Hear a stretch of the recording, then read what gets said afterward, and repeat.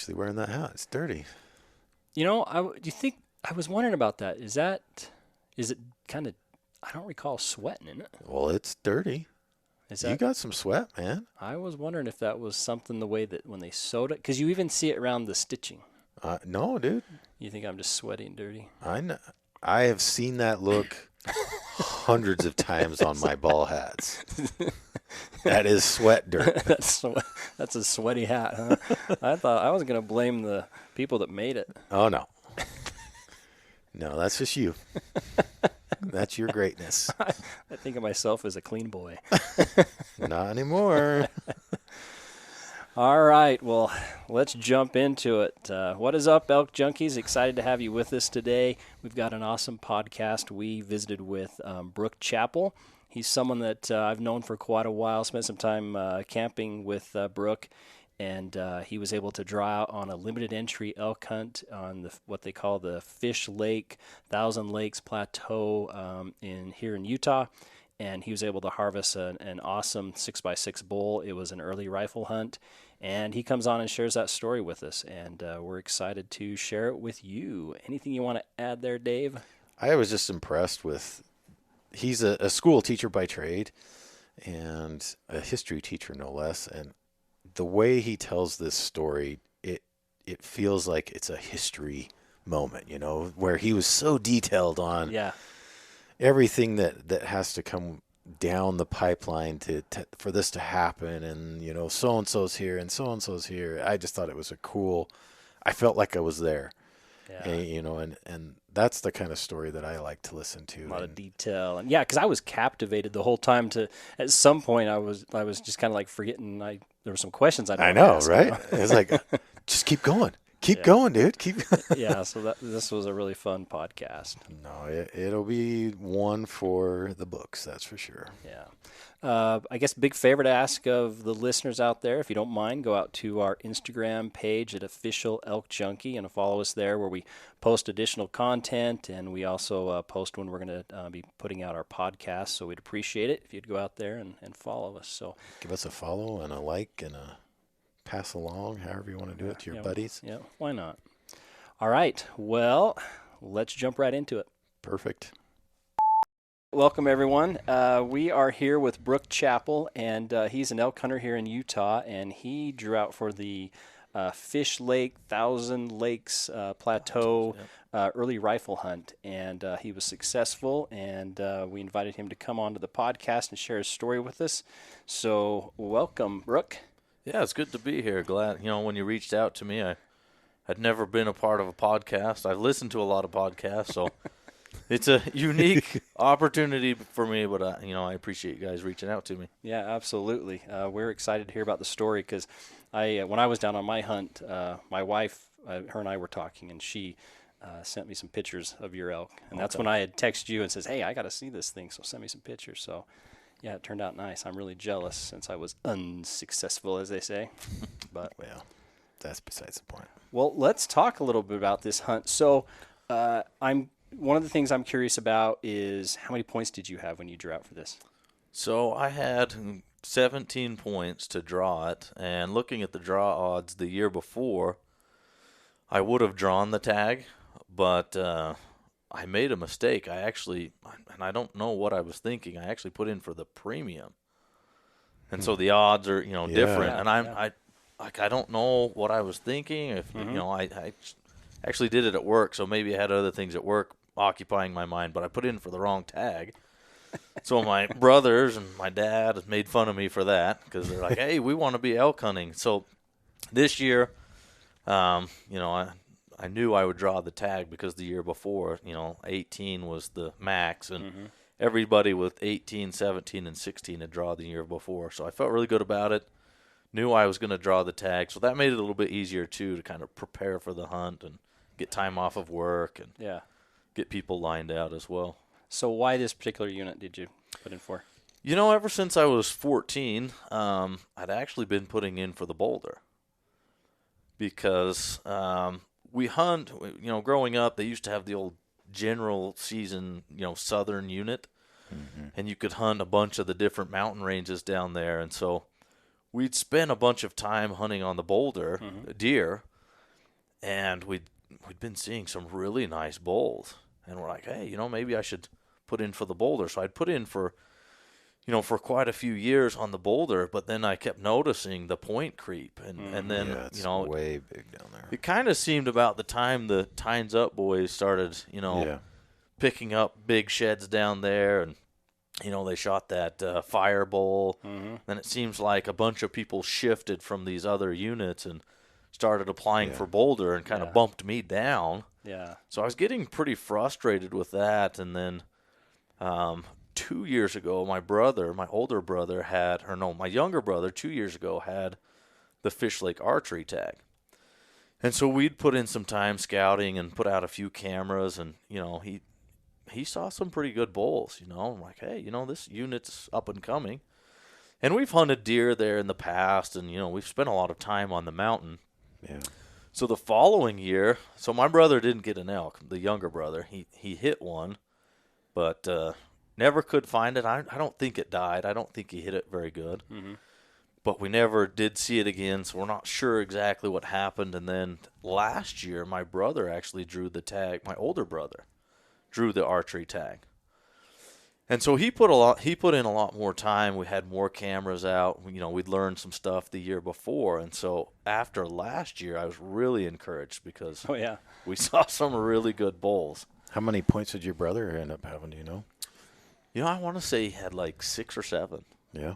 Because he hunted the boulder back in, I want to say, 2009 on the archery. And then he waited the 5 years. The 5 years, and then, whatever that is. I'm not good at math, but. Yeah, that would be 6, I think. Because I drew out in 2010, and I had 5.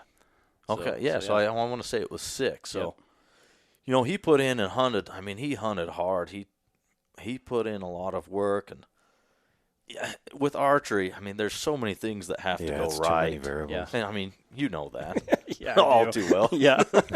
Right, but there's so many factors that have to go right. But he was in on big bulls, multiple times. Just couldn't quite, close the gap and get close enough to where he was really comfortable. Or when he was, something in the way. Yeah, there's trees in the way, or a bad wind, a swirling wind, and they wind him and they run off. So he didn't end up harvesting a bull. He actually did hit a bull. And we figure it was, somewhere around 340 to 350. I mean, it was a good bull. And it bled a little bit, and we weren't sure what happened. But this year, we actually got him on camera like 4 or 5 times. And that same bull. Wow. Yeah, he was fine. He had a really unique characteristic. We actually called him Droopy. Yeah. Because one of his front tines kind of drooped down. Oh, really? Yeah, so like we knew what he looked like. Yeah. We'd had a bunch of pictures of him last year. Yeah. And then this year he was on our cameras quite a bit. So he was one of the bulls that we were kind of watching. He really hadn't changed from the year before either. And so we'd seen a lot of good bulls there. So I felt really confident going into it that we would be able to find a good bull. Cool. Plus, all that time you guys have spent down there, so you know the area well. Yeah. That really helps. Because did your brother go hunting with you this year? So after he'd spent all that time down there, was he on the hunt? Yeah. So my brother, he was with me on the hunt, and my older brother and my younger brother both spent quite a bit of time with me, and then throughout the summer, I have a really close cousin.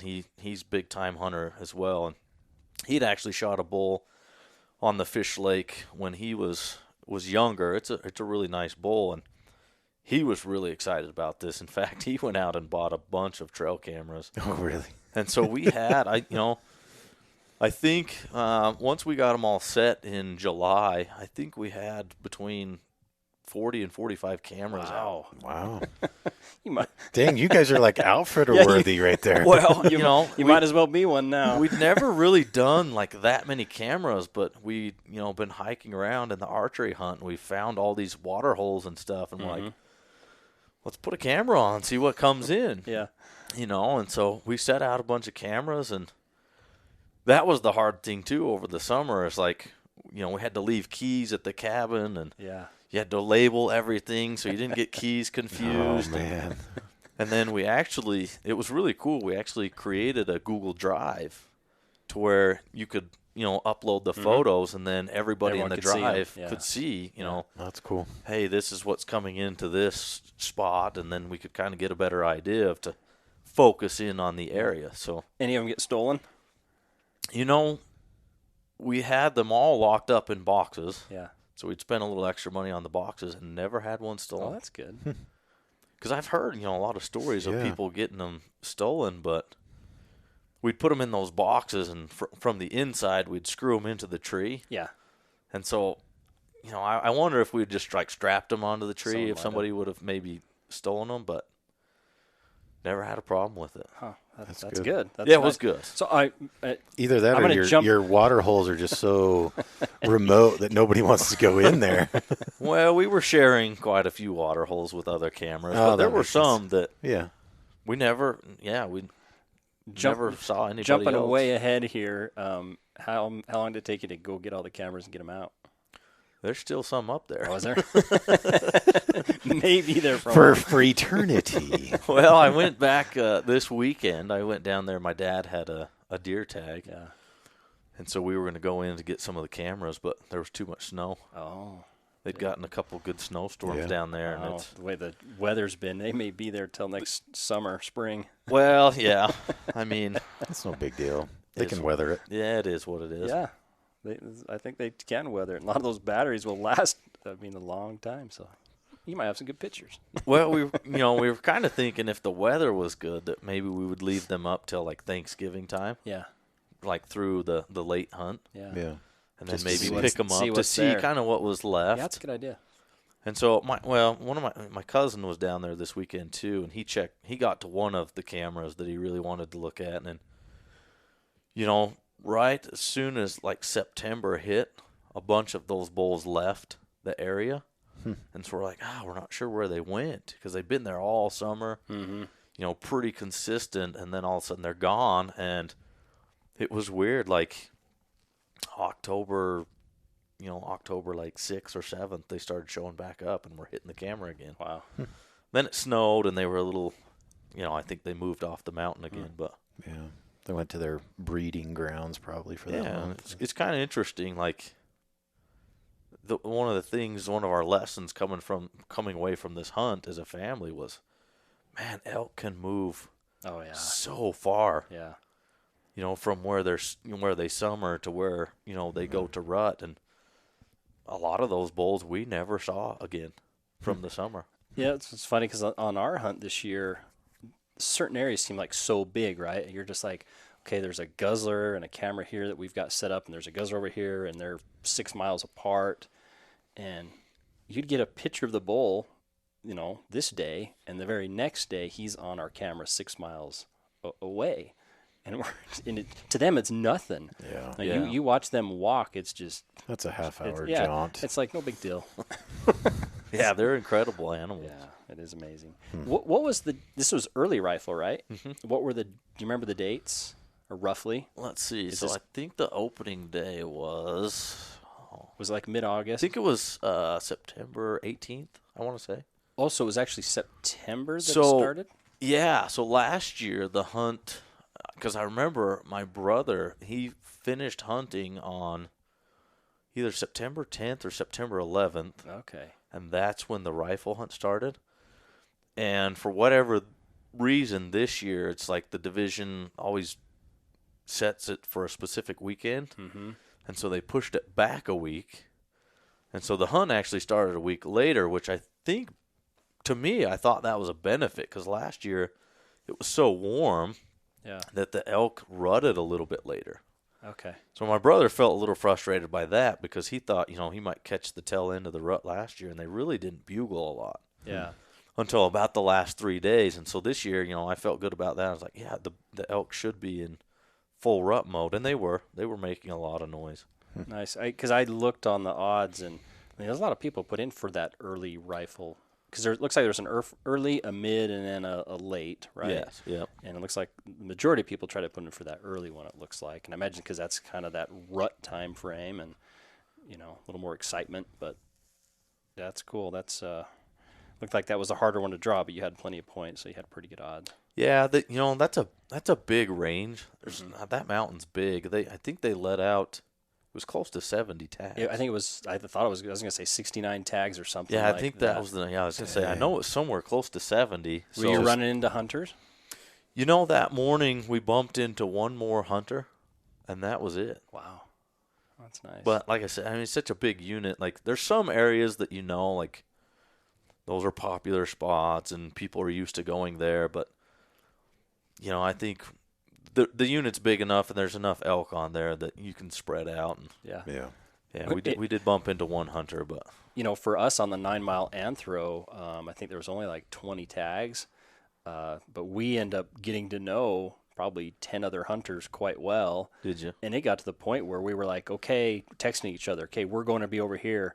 Okay, we'll be over here. So we were having to let each other know where we were going to be so we weren't bumping into each other. That's actually pretty cool, It was, but, that just shows that. Yeah, it's a concentrated area. Yeah, concentrated. We were just bumping into other hunters all the time. Whoa. We just had a weird change of light in the room, didn't we? Ooh. Yeah, that was weird. That's kind of spooky, Lance. You got a haunted house? It's apparently Halloween. It's Halloween time, and so the light just decided to change color. It's one of those LED light changing ones. So interesting. Your kids are like, we're going to play with them. Something's going weird. So you guys did a lot of set up a lot of cameras. Then what happened after you guys do a lot of scouting actually down there? So we do a big family reunion down there every year. We spend 3 or 4 days, and so on that family reunion, we went out and set a bunch of cameras. And in the morning and the evening, we'd go out and set on different ridges and glass for elk. But one of the things with the some of the areas where we were seeing a lot of the elk on the cameras, there's not very many good places to glass. Yeah. Like, it's so thick with the pines and the quakies that, you're only seeing elk, like last 5 minutes of light, so you don't really get a good look at them. So that was kind of hard. We did kind of travel around to different canyons and stuff and where we'd put our cameras, and most of the intel we had was from the cameras. I mean, the cameras helped us out a lot, but we kind of, from years past, I, had cousins and uncles that had the tags, so we kind of knew the general areas where the cows were during the rut season. So, we'd go out and scout and, check the cameras and stuff, but we kind of had a pretty good idea, like, hey, when it comes down to crunch time, some of the main areas where the elk go to rut are like in these different areas, and we kind of had an idea that those are some of the spots that we were going to be hunting, but we were still really curious about some of the bulls that we'd seen on the cameras over the summer, like where would they end up? And like I said, a lot of them we never saw again. And you said, so they were rutting pretty heavily when you were actually there? So I took the Friday off before the hunt because I was like, I'm going to go down. There was one specific canyon that I'd had a couple really nice bulls on 2 weeks before. And I was like, if they're in that canyon, I feel like it's a spot that's not really popular. I hadn't really seen anyone else in that area. So I felt really good about it. I was like, if they're in there, I think I'll be the only hunter. And I think I can, I think I can have a shot with this, get, people up on different vantage points to help me out and glass for me. And it's actually inside of an old burn, so it's not quite as thick. You can see a little bit better. So I was like, But then I went in the Friday before the hunt, and the elk just disappeared. I mean, there was no elk on the camera. It was like 2 or 3 days after I checked the cameras 2 weeks before. They were just gone. And so, I spent that day checking the cameras in that canyon, and each time I checked a different camera, I was like, oh, no. Everything that I've planned for the last 2 weeks out the window, kind of going out the window, and there was 2 bulls in there that we really liked. One was a great big, he had just a beautiful 6 on one side, and then he was 7 on the other side. But his 7 side on the back end, he didn't finish out very well, but the tine length was just, it was a beautiful bull. And then the other one was one that we had on camera quite a bit the year before, and he'd put on a little bit of growth, and so we were, kind of excited. So if either one of those bulls would have been in the area, that's where I would have been. Yeah. But it was not the case, and so that night, actually, we kind of spread out. So I had two of my brothers and my dad, two of my uncles, and a cousin, who all came down to the cabin to stay for the night. And that Friday afternoon, we kind of spread out to look in the different areas, areas that we were thinking about hunting. And I was feeling a little bit nervous and kind of a little bit down about it, because I was like, man, I really wanted to hunt this canyon. The bulls were in there. I was feeling really good about it. And so we spread out, and that night I went out and I stayed out till about 9:30 at night, just listening for bugles, and I heard a couple in this canyon, but it was not what I was expecting. So even coming off the mountain that night, I was like, man, I don't know where I'm going to be tomorrow. Yeah. Now, how many days do you got to hunt? It goes from Saturday to the following Sunday. So okay, about a week. It's pretty short. Yeah, just over a week. Right. And so we got back to the cabin, and my dad came in. He's like, I didn't see anything. I'm like, oh, no. And my brother comes in. He's like, I didn't see anything you'd shoot. And so, we're just looking over all of our Google Earth maps and stuff, and, looking at what are some possibilities. And one of my uncles, he actually lives down there. He came in and he said, I found you a bull. And I said, really? He said, yeah, I was up on this canyon. I was glassing. There were quite a few bulls bugling. There's some that I didn't see because it was so thick. But he said one stepped out, and he was a shooter bull. And I said, well, how big is it? And he's like, I was far enough away that I really couldn't tell. But he's like, it belongs on the wall with the rest of these bulls. He said it's big enough that you would, if you saw it, you'd shoot it. Yeah. So that got me pretty excited, and I was like, well, finally, some good news, Yeah.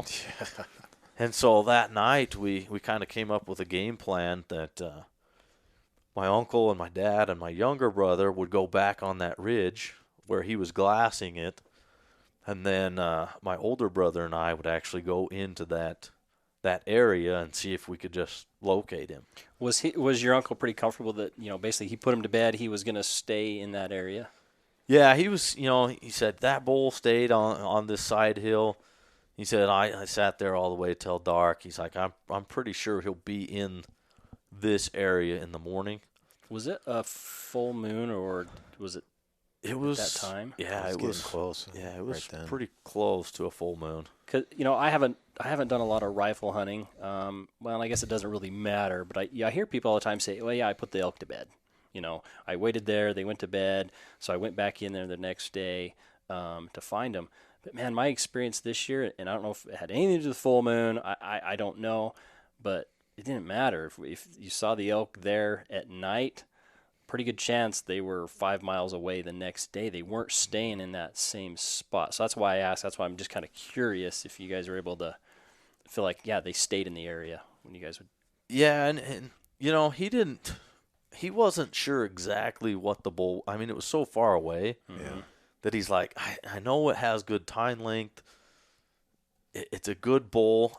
He's like, I just can't tell you exactly like the characteristics. Like, he's like, it's just a big mature bull, one that I think if you saw, you would shoot. Yeah. And so, I mean, I felt good about it. And then the other thing he said, he said, I heard 4 or 5 other bulls for sure that were bugling in there. So there's elk in there. Yeah. And these other, my dad had come back and I'd gone out and hadn't really heard much. So that gave me a little bit of reassurance too. There's other bulls there that he didn't see. You never know what's going to be there. Right. But there seemed to be a lot of elk in that area. So. Okay. Makes sense. Yeah. So what did you guys do? Is that morning? Now how many were there? 6 of you? How many people total? Yeah. So my cousin and his dad, so my cousin and my uncle, they decided to go check some other cameras. Okay. In the morning, because they're like, hey, I don't think we need everybody in the area. That might, crowd the elk out. Or, Put too much scent in there. Yeah, and so, they decided we're going to go check some other cameras and see, because we didn't get to all the cameras that Friday.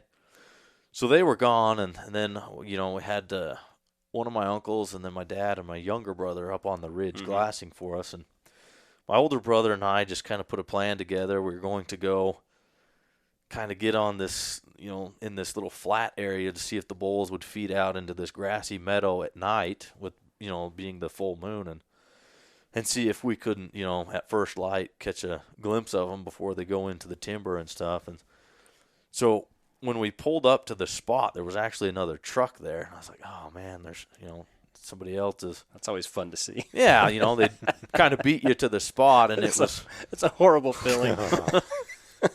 Yeah, 4 o'clock in the morning, you're like, it's quite the kick to the gut when you see that. Yeah, and so, you pull up and see a truck, and then we're like, well, maybe they're going after the same bull, and so you're thinking about that in your mind. You don't want to mess somebody else up, but you never really know where they are, especially when you're walking in the dark. Yep. And it was really overcast and kind of a light rain, on and off light rain. And so when we were walking up this, there's a little trail that goes up, and you could see the person's footprints in the mud because it rained a little bit overnight. And we got up there a little ways, and then we see a little flashlight right where we wanted to sit. Oh, dang. And I was like, oh. Was he flashing to you to let you know he's there, or was you just saw the light? I think he was still walking in because he had a little ways to go, but we watched it for a little ways, and then he stopped and shut the light off, and I'm like, oh. Okay. It's right where we wanted to go, and so we both just kind of look at each other and well, let's just get a little ways around, kind of not really cut underneath him, but get around so we don't mess him up and get on the other side, kind of a little further down the trail. Yeah. So we skirted out through a couple of little meadows that are, through the trees. So I don't even know if that guy ever really saw us. I don't know if he knew we were in there or not, but we got down a ways, and we actually heard a couple of bulls bugling, and we're like, hey, let's get down there and get closer to them. And so we snuck down, and we had some cows, some moo cows that kept messing with us, and we're like, well, we hope they don't, mess up these elk or draw attention to us. But we got down into a spot, and, these elk were bugling. It sounded like they were, 200 or 300 yards away. And so we're like, hey, let's set up and wait. And so we waited, and they kept bugling, and we're like, hey, yeah, we're right in the mix. And so as soon as the sun started coming up and you could see a little bit better, I pulled out my spotting scope, and I could see some elk in the trees, and there was one at the edge of the trees, and I was like, hey, that's a bull. Still too dark to tell exactly how big it is. And then they kept kind of shuffling through the trees, and you could hear two of them right there bugling back and forth. And so we waited, and finally we got the one out of the trees, and it was light enough to see, and it was about a 320 to 330 bull, 6 point, and my brother looks at me, he's like, hey, 300 yards, there it is. And I was like, it's kind of one of those bulls that you're like, I don't really want to see you on the first day. Right. Yeah.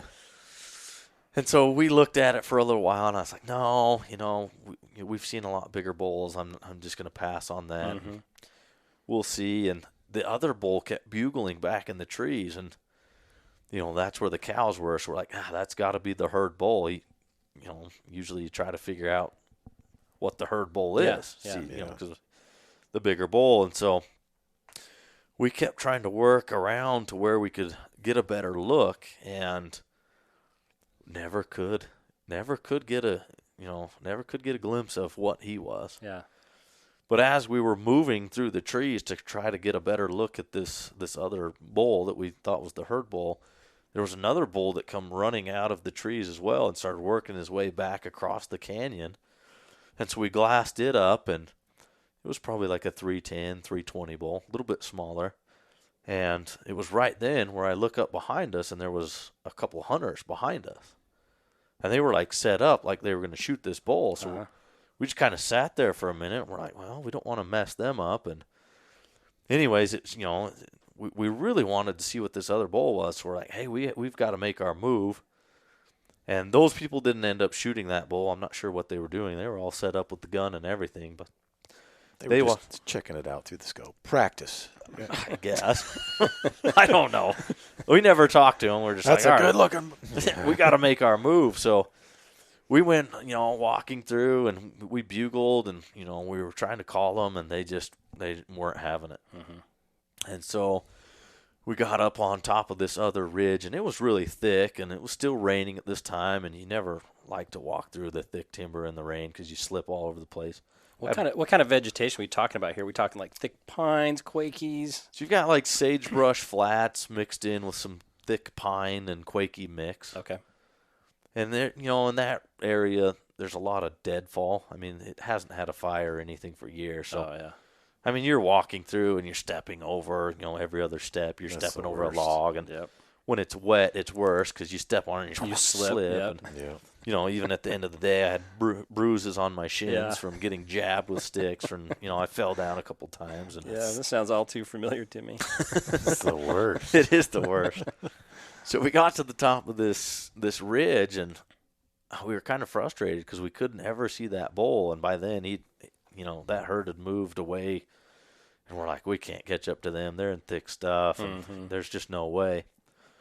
And so we heard a couple other elk bugling just to the south of us, and it was towards where my dad and my uncle and brother were on the ridge glassing.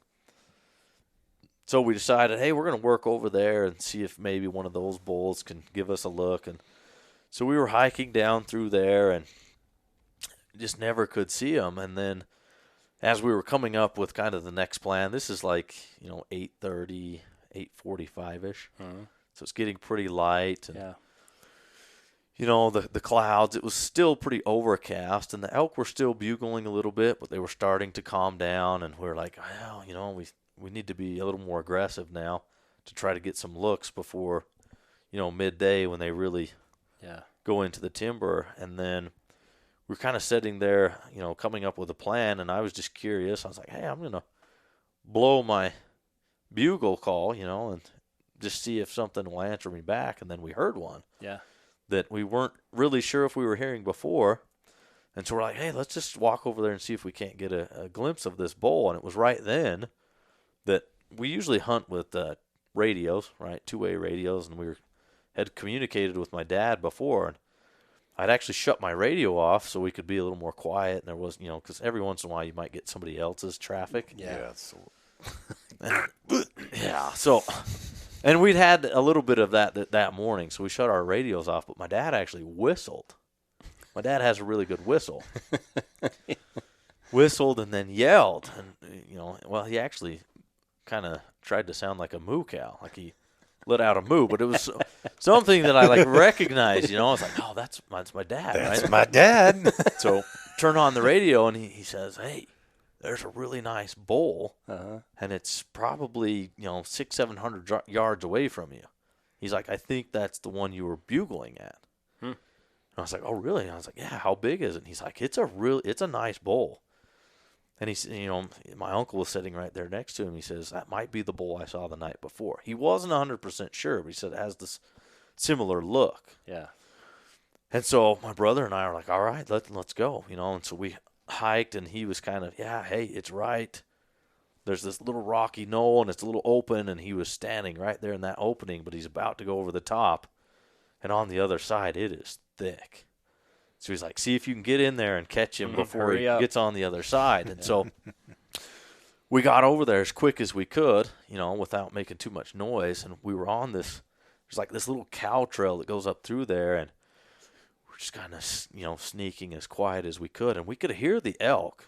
You just couldn't see them. Yeah. Because they were kind of up a little bit through the trees. And you could hear them walking up there. And, we're both like, we just need to get a glimpse of this bull, and maybe even like a little window in the trees to see what he is, and maybe get a shot off. And anyways, nothing.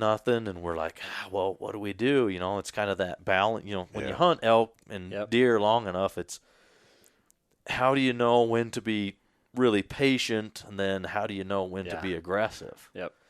And if you mess it up, you're like, oh, I should have went the other way. Yeah, But exactly. then again, you still don't know. Never know. Well, that's one of the beautiful things about hunting too. Is like you have to make a choice and then live Yeah. with it, Yeah. whether you screw it up or it works out in your advantage. Yep. And so we're sitting there, and I'm like, I'm not sure what to do. And right then, it started raining a little bit harder. And I was like, my brother looks at me, he's like, this might be the only window you have. Like, try to close the gap and get up there. And so he's like, I'm going to go around just in case, they come up back through the opening. And so, my brother left me, and then I went up and hiked up through the trees. And when I got towards the top, that bull let out a bugle, and he'd gone off the other side. And I'm like, oh, it's thick. Like, I think he won, He got where he needed to be. Are you worried about wind, thermals, them smelling you at this point? No, I had a good wind. Okay. Like, the wind was coming, it was coming at my face. That's good. And so, yeah, like I never really worried about the wind. It had swirled a little bit earlier in the morning, but at this point, it's pretty light wind too. So I really wasn't worried about that. I kind of got up into the area where my dad had, he had last seen this bull, and he's like, hey, it went right over the top, right in that area you're standing. So I knew he was down there somewhere. And so he let out a bugle, and I was like, that bull can't be more than like 150 to 200 yards from me. But it's just so thick where he'd gone into. And so I was like, I just, I've got to do something. So I'm going to be aggressive. And so I walked down through the trees, and I was being really quiet, but it's thick. And, I think the rain actually helped me a lot because quiet it down a little bit. Like the leaves weren't really crunchy, and when you stepped on the twigs and stuff, it didn't snap. Yeah. And plus, like the trees, a lot of the water was dropping off of the quakies and the pines, and it was making noise. I think that helped me a lot. And so I kind of, like, for 5 minutes, just kind of snuck down, and I found some fresh tracks, and I was like, maybe this is them. And I stopped for a second, and I was like, oh, what do I do? And he bugled again. And I was like, wow, that bull's close. Like, he's within 100 yards of me. Yeah. But still, I can't see anything. Yeah. Are you calling or thinking about calling at all yourself? Are you just trying to pretty much stay stealthy and sneak in? And at this point, I had committed to just being stealthy. Yeah. I'm like, I'm afraid if I blow my call, I'm close enough that who knows how he'll respond. Yeah, he like, might just run. And he might not like that. Yeah, he might run away. I don't know. I've had experience where you've called and they're really aggressive and they come looking for you, and other times you blow that call and immediately they're gone. But you said you heard him walking around, so there's cows with him? There were, I think my dad said 4 or 5 cows. Okay. So it wasn't a big herd. Okay. So, yeah, you just don't know how he's going to respond if you call. I mean, if he's got cows, you bugle, who knows? Is he going to go out and take them and get out of there or what? Yeah, and the other thing, too, is like he'd bugled twice without me doing anything. Yeah, that's nice. Yeah, so I was like, even be worried about it. So, I knew the general area he was. I was just like, how am I going to try to find where he is through all this thick stuff? And so I decided, where he last bugled, I'm just going to kind of weave in and out and kind of guess to see where he was and maybe just try to get a glimpse of him. And so I took a few more steps, and I could hear something below me. I don't know if it was the cows or what it was. But then I took a few more steps, and all of a sudden I looked down, like straight below me in this little window through the trees, and I see this rack just move. And I'm like, oh, that's got to be him. And he'd actually bedded down. Oh, wow. And so I think he was done for the day. He's going to lay there and take a nap. And he was, it was so thick. And so he's actually laid down. And I think he must have heard me, or I don't think he winded me, or else he would have, ran off. But he must have heard me or something, because he kind of looked back up. And I just froze. And I was like, all right, what do I do? And don't move. Yeah, and I was like, that's got to be him, because that's a big, that's a big bull. Yeah. And right at that second, like, he looked up, and then he stood up, and I was like, oh no, don't do that to me. Yeah. And so I took a side step, because I didn't quite have a window where I could see, the vitals where I wanted to shoot. So I took just real quickly a side step, and there was this window where I could see his front shoulder, It's about 75 yards away. So I was, wow. That's money. yeah, I mean, couldn't ask for a better, shot right there. And before the hunt, actually, I'd had some discussions with people like, what gun should you use? And growing up, for whatever reason, my family, it was always everybody shot a 270. Yeah. Like deer or elk, like it's 270 is the gun. So that was kind of the universal gun in the family. So if you ever ran out of bullets, you knew, like, hey, get over here so I can have some more bullets, and everybody's shooting the same gun. And I'd had some conversations with some people over the summer. They're like, oh, you need something that can shoot longer range, and you need a bigger scope that, you can dial it in and shoot out to 800-900 yards. And I'm like, number one, I don't have the money to spend thousands of dollars on optics and a new gun. And so I was like, you know what, I'm just going to do it. I'm going to hunt with the gun I'm comfortable with, my 270 that I've hunted with since I was 14 years old. So I just went for it, and I, when that bull stood up, I was really confident. I'm like, this gun shoots, it shoots pure. So I just put it on his front shoulder, and, I mean, it happened so fast, I didn't even have time to get nervous. Like, I wasn't even shaking because it was like, big rack. He stands up, I sidestep, pull up the gun, and then boom, right? And it happened so fast, I was like, oh, I just pulled the trigger, right? And then I could hear the cows stand up and run off, and I heard them going through the trees, and then I heard that bull take a few steps, and then I hear just boom, right? Like it hit the ground. I was like, did I really just get him? Like, because I wasn't, I still wasn't sure. Like, like I said, it happened so fast. I was like, oh. And then it crossed my mind, and I was like, oh, what if I just shot a raghorn?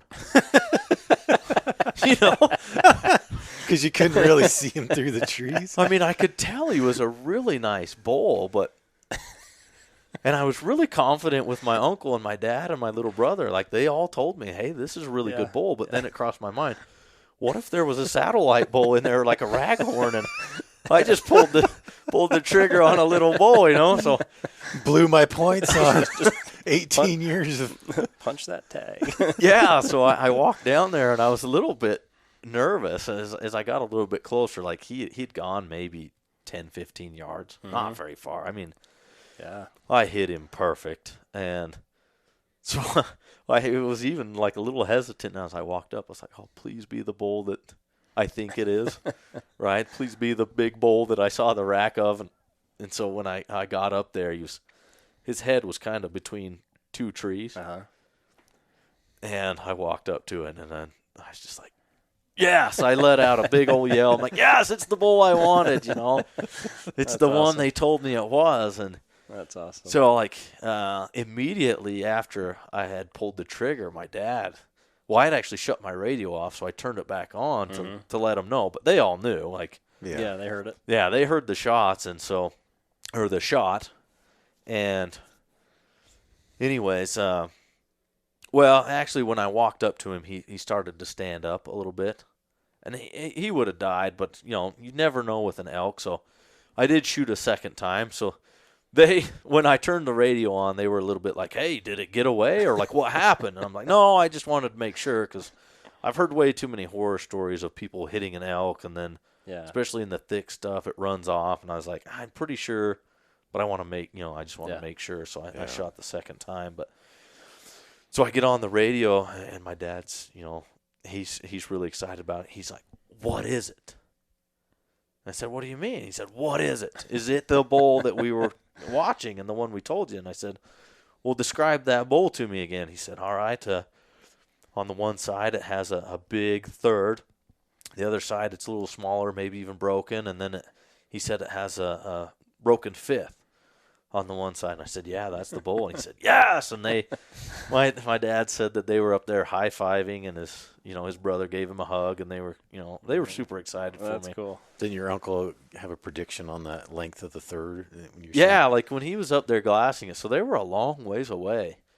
And when they'd watched it for about 5 minutes or so, and he said, I think that's like an 18-inch third on the one side. And he's like, bulls on the Fish Lake are usually, notorious for having weak thirds. So he's really impressed with that, and he's like, he guessed it was a 360 bull. And he's hunted elk. He's helped people, he's guided some local people into some bulls, and he doesn't really do it for the money. He's like all of us that, like to hunt elk. It's just, you don't get very many chances to. So if you know somebody with the tag, you usually offer to help. And so he's helped quite a few people on elk hunts. And he's like, yeah, I think that's a 360 bull. And so I walked down to it and I let out a big yell. I was like, yes, I was so excited. 17 years of waiting for that opportunity, and it was really awesome. And I got to stand back there and look at it, and then my brother lets out a big yell, and he's like, I'm coming. And he really wasn't that far. He was only like 400 yards away from me. Kind of working his way back around this trail. And so I'm hooting and hollering, and he comes walking in, and he's like, yes, he's super excited about it. And we sat there and took some pictures, and he actually took a video of me tell the story right from the spot.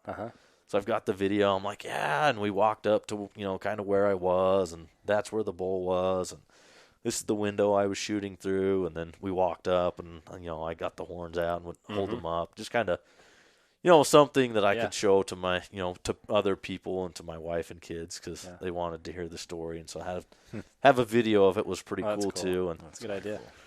And then my dad and my uncle and brother, they couldn't come right down the canyon. It's actually really steep, so they have to come around this trail. And so it actually took them about an hour to get down there. And so my dad's like, hey, don't gut it or quarter it or anything yet, because we want to get a bunch of pictures. And then my other uncle and cousin who were out checking cameras, we called them and said, hey, come down here. And so as they pulled up like next to my truck to start hiking in, my older brother that was there with me at this time, taking pictures of the bull, he actually radios my dad and says, hey, where you at? My dad says, hey, we're just about to start hiking, we'll be there in 10 or 15 minutes or so. And I'm like, well, they're a little optimistic. It's more like, 20, 25 minutes to hike in. But my brother gets on the radio and he says, well, there's some ground shrinkage on this bull. And the radio was silent. And like 10 seconds later, my dad says, say what? And my brother says, yeah, there's some ground shrinkage here. It's not quite as big as we thought. And in our family, we like to joke around, we're pranksters. And anyways, it was silent for about another 20, 25 seconds or so. And then my dad gets back on there and he says, you better be kidding me. And my brother starts laughing. He says, oh, I'm just giving you crap. It's a really good bull. And so when they walked up, my uncle was not happy. He didn't think that was funny. He actually, smacked my brother upside the head and said, don't ever do that again, especially on an elk hunt. He said, maybe a deer I can, but elk, no. That's funny. And so, it was really cool, because those were the people, who would invest a lot of time checking cameras. Those were the people I had on the Google Drive with me and sharing photos with. And so to have them all there, that's cool. Because they were going to be able, some of them had to go back to work, I think, on like Wednesday. And so they, if we'd have gone later into the hunt, they wouldn't have been there. Yeah. So that was really cool. And so the hunt, I hunted a grand total of about 3 hours. That's crazy. Which even my brother says that in the video as he's filming me, walking up to the bull and telling the story. He says, hey, thanks for ruining it for us. Now I have to go back to work on Monday. He says, I was planning on taking the whole week off, and I had a good excuse for it. And so we took a bunch of pictures, and then we quartered it out. And how far a pack out was it? It was just over a mile. So it wasn't too far, not but too bad. You got plenty of people. Yeah, it was really thick. Like the first little stretch of that, it was really thick. But once you got down to the bottom, it kind of opens up into this, kind of sagebrush meadow area. And then you kind of had to hike around and then get out towards the truck. But it really wasn't bad. It could have been a lot worse. Yeah. So he was a nice 6x6, and you said he measured, what was it? It was like 364.5, so we call it a 365 bull. We like to round up. Nice. No, he's a nice bull. So you'd brought it over. We just looked at it before we started the podcast. He's a good-looking bull. It's nice. Yeah. Super heavy. Yeah, We'll have a nice picture of that up. Like you said, he's wide too. I love that Yeah. picture that you sent to me because when you're standing behind it, he just looks really cool from that view. Yeah, that's one of the first things actually when my brother walked up to the bull, my older brother, he said, "That bull is wide." Yeah. Yep. And I was like, "Yeah, it really is especially compared to some of the other bulls we had on camera. Yeah. That this one was quite a bit wider. I can't remember what he measured width-wise. But Were you at all bummed that? I mean, so did you go home that day, the next day? So it was kind of funny. When my dad, was making that 4-wheeler ride back to his truck and then to load up and come around, he'd actually called the taxidermist. He's already told the taxidermist, Man, he's we're out bringing a bull in. Oh, nice. And he hadn't even seen the bull, he knew what the bull was because he saw it in the spotting scope, but Yeah. he'd already called the taxidermist and said, we'll be there sometime this afternoon. Was that before the ground shrinkage joke? or- Yes. So he really didn't think that was funny. He's like, I've already put a deposit down on your bill. Yeah, so we got the bull out and then took it back to our cabin, and my grandma was there, and she wanted to see it, so we showed my grandma, and one of my other uncles that lives down there, he actually had COVID at the time, so he couldn't help us, but he came out of his house to look at it, and he's like, yeah, that's awesome, good job. And so then we grabbed a bite to eat, and then we loaded up and took it to the taxidermist, and he did what he needed to do, cut everything out and then cut the horns off for me and said, hey, yeah, go ahead and take this home, because I was like, I'd really like to take it home and show my wife and some of my friends and family members, so that was cool. That is cool. Is Taylor a strong supporter of hunting? Not really. Her family, they hunt, but they don't take it to the extreme. Like, you could say my family, that's what you do. That is what we do. That's what we think about a lot. We talk about it a lot. We have tons of group messages and stuff. We talk about hunting, and we really look forward to it. So, she was really excited for me because she knew how much I cared. Yeah. Because I even told her, I was like, hey, when this elk hunt rolls around, if I don't call you, it's not because I don't love you. It's because I'm stressed out and I really want to get a nice bull, right? I've waited a long time for this. Yeah, I was like, I waited 17 years. That's a long time. I was 14 years old when I started putting in. So she was patient with me, but when I brought it home, she's like, oh my, that's huge. Yeah. And I was like, yeah, I'm going to leave it in the house for a little while because I want to look at it, Yeah. And so we actually had it in the living room of our house for almost a month before she kicked it out to the garage.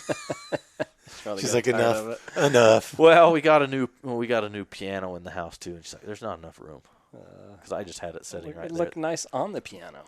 Yeah, I had it sitting right there. My kids, they wouldn't really mess with it, but she was kind of worried too if they played around it and fell on it, and then They hurt. Oh yeah. I've hit my head, and it leaves a pretty good dent and cut on your head. Well, that's because we don't have anything to protect our skulls, Lance. That's Come true. on. If you have hair, it just slides off. Yeah.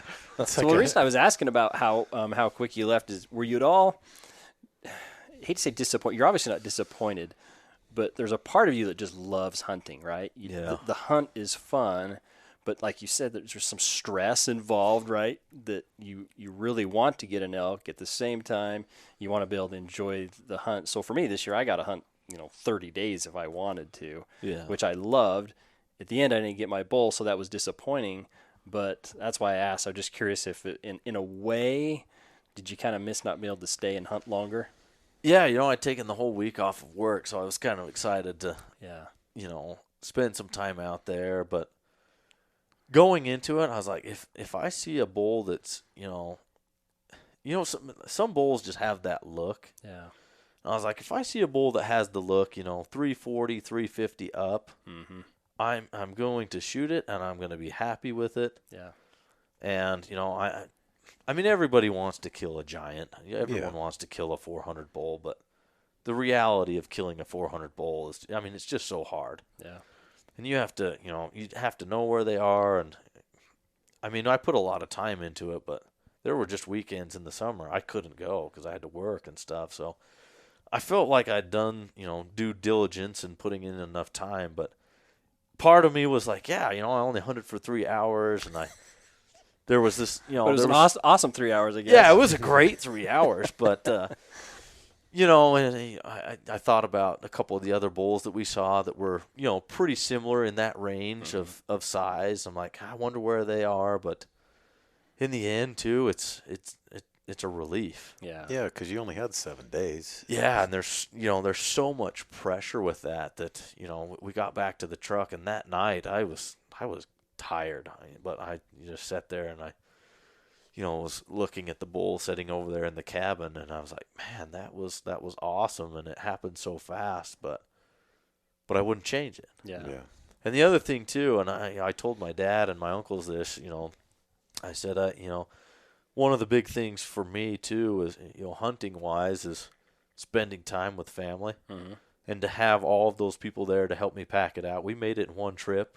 That's nice. Right, we had all 7 of us there to pack it out, so that made it, easy. And we took a bunch of pictures as a group and stuff, and everybody who had invested time in the hunt was there, and so to me huge. that goes a long ways. Yeah, that's way cool. And we took a ton of pictures and videos and stuff, and that stuff that will last for a lifetime, and a memory for sure that I will never forget. So. Yeah, part of you wants to hunt more, but when it ends like that, you're really happy. And I know my wife was really happy when she got the picture. She's like, "Really? It's over on Saturday? Awesome! I got a lot of work for you to do." Yeah, you can come home and watch the kids. I don't have to take care of them for a whole week. Yeah, especially when they're little. Now that my kids are older, my wife's like, "Yeah, just go." Yeah, I'm sure that makes it easier, but that's an awesome story. Congratulations! Yeah, it's a good looking bull. Thank you. What anything you learned from the hunt, or any kind of thing you would share with other people, advice or anything from that hunt? We talked about this like after we got back from the taxidermy, and stuff. We were sitting around there in the cabin and kind of talking about our experiences, elk hunting and stuff. And of the bulls that are in our cabin, most of them we never had actually seen before, like before the hunt, and so we were going back over some of the pictures of bulls we had on camera, and this was not a bull we had on camera the entire summer. Wow. So we had 40 cameras out all summer, and this bull was not on any of them. That's amazing. And so one of the things we talked about is it's nice to put out cameras, and I think cameras work a lot better, especially if you're putting them on water for the archery hunt. I think that intel goes a long ways, because that really helped my brothers in their hunts. But I think with the rut, they move so much that if I had to do it again, I'd probably take 2 or 3 days off before the hunt, like right before, they're starting to rut, and then I would spend more time then scouting, then focusing on putting out cameras, like especially early on in the summer, like June and July. Yeah, I wouldn't worry about that as much. I would focus more towards. And that's specifically for the rifle hunt, right? Yeah, specifically for the rifle. Especially like they're rutting, they're moving around so much that. No, I think that's good advice. I agree. Don't waste your time. It's just like you said. I mean, you put cameras out. They just. What they're thinking and doing at certain times of year, like summer, they're looking for food or water, but during the rut, they got something else on their mind, and they're chasing cows, and they're just, you never know where they're going to be. So they move around a lot, like you said. So they're just not necessarily going to be on those same spots, because we had the same experience this year. Yeah. Had cameras up all starting in May, and then it gets to a point you're like, where'd the elk go? Well, I was going to say, we talked back in July up camping. And you'd showed me some pictures, and I'd showed you some pictures. But, yeah, I mean, those bulls move so much in that time period. You just really never know. I mean, the thing that I took away, too, with the cameras is they were helpful to know what's out there. But in the end, that didn't get me my bull. Yeah. Boots on the ground. Yeah, it really was, right? Getting eyes out there and boots on the ground and getting out and, scouting and finding an area where the elk are and then just coming up with a plan and Yeah. being, and that's one thing we talked about as well is like when to be patient and when to be aggressive. And that day, was patient early on. And then as it started to get more light and, they started making less noise, I realized I had to be a little more aggressive and had some help with the rain and had some help with spotters, but it turned out great. Yeah, that's awesome. Perfect ending to a good story. Yeah. All right. Well, Brook, thanks for coming on and sharing your story with us. It was awesome. Appreciate it. Any last minute words, Mr. Dave? Nope. No parting words? No advice you want to share? I don't have any advice. I suck. Hey, you still got I what, still have a week? muzzle loader. Yeah, you still got the muzzle loader coming up. If I can find anything. Everything's gone from where I thought it was going to be. So they've all gone down into the farmers' fields, eating alfalfa, Never fatting know. it up for the winter. Just fun to get out. Yeah, it was. I got out last week. I had my tent glowing, and that thing was awesome. Got your Lux tent and got the stove going. It was burning so hot, I was worried for a minute. Oh, yeah? Because it started making this like little whoop, whoop, whoop, whoop, whoop. I was like, what the heck? I looked down and my headlamp was still on and I look over and I could see it just start getting cherry red. And I'm like, what did I do? Did I put the wrong wood in here? Yeah. And I Charcoal in it? turned off my headlamp and I'm like, well, I don't need a light right now. That thing is glowing. That's cool. That's nice. All right. Well, we'll wrap this one up. Cool. Thanks, everyone. We'll see you.